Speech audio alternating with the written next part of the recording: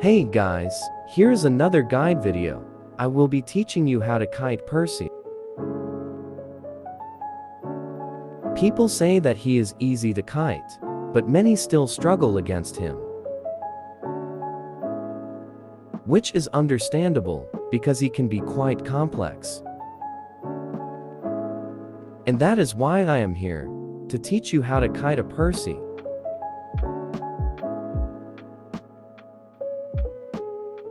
The best way to kite a Percy is looping, especially around obstacles that you don't run around in a straight line, because Percy's dashes can only go straight. If you kite out in the open, you make yourself very vulnerable to his dash attack, so don't head towards a kiting area if the terrain to transition to that area is very open.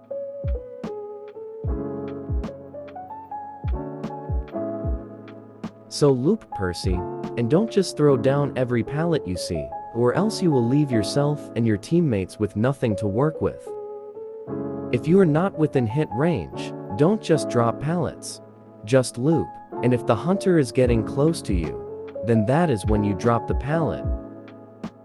If you stun them, or they break the pallet normally, that is your chance to transition to a different kiting area. What do I mean by normally? Let me explain how Percy works.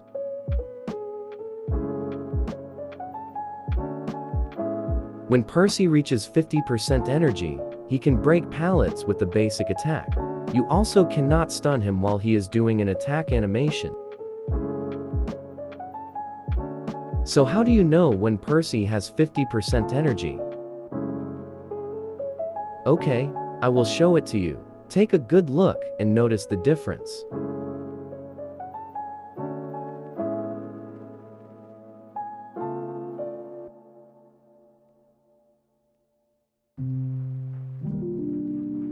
When Percy's hands and sword have a blue aura, then that means he has 50% energy. Or a red aura if he is wearing the S skin. Take a look at the differences side by side.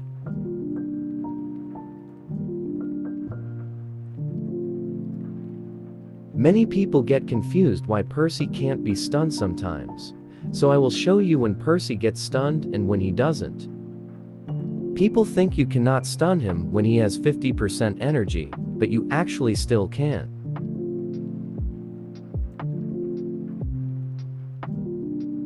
It's when he is doing an attack animation that you cannot stun him. The perfumer only moved me with the pallet, and it did not stun me. Let's try it with less than 50% energy. See, it stunned me even when I was doing an attack animation, because I have less than 50% energy. Okay, let's try with the stunner this time.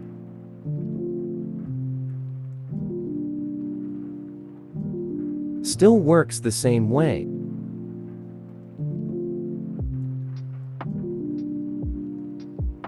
But what about when Percy has overcharged? Can he still get stunned? Let's test that out.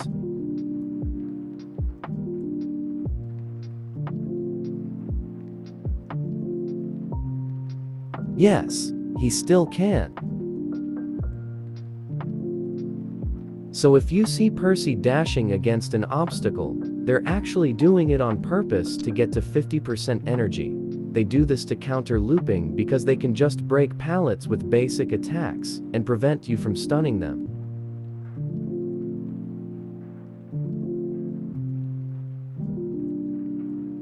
What do you do in this situation? Well, try to loop them for as long as possible until their energy depletes. You can also go for a stun, but you need to be aware of what the hunter is doing so that you know when you should attempt to stun.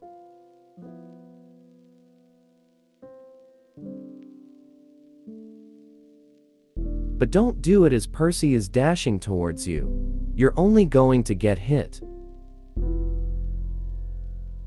Also, Percy can jump over obstacles at 50% energy, so pay attention to his appearance and try to dodge his jump attack by going to the side.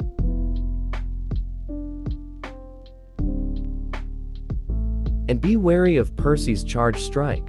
You don't want to be in a spot where you have limited movement. If he uses charge strike, run to the left or right or go forward or back, depending on its direction. If the second teammate went down too quickly after the first one, and Percy is close by, get off your cipher machine and set yourself up already for a kite.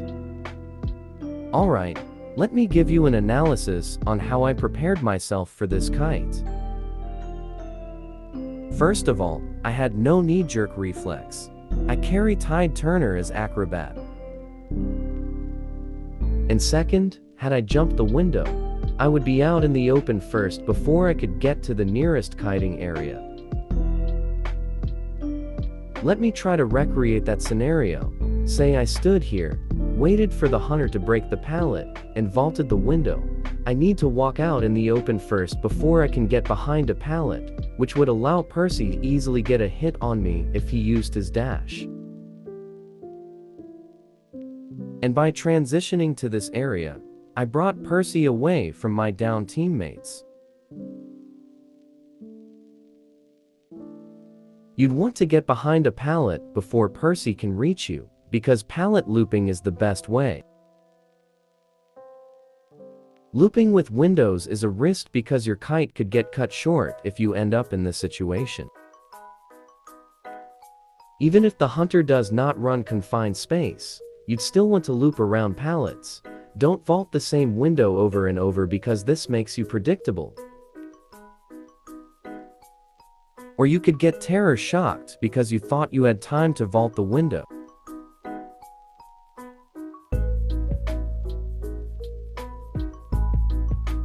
If you spawned in a bad area, then just hide first. Hunters are not going to look around for too long unless they have quenching thirst, but a Percy is less likely to bring that trait.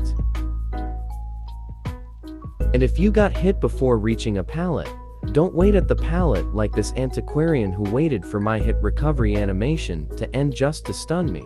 This may not work in your favor in the end. And if the hunter downed you, heal yourself and get to a pallet so that you can defend yourself if the hunter is camping or nearby. And, well, pray that your teammate doesn't kill you.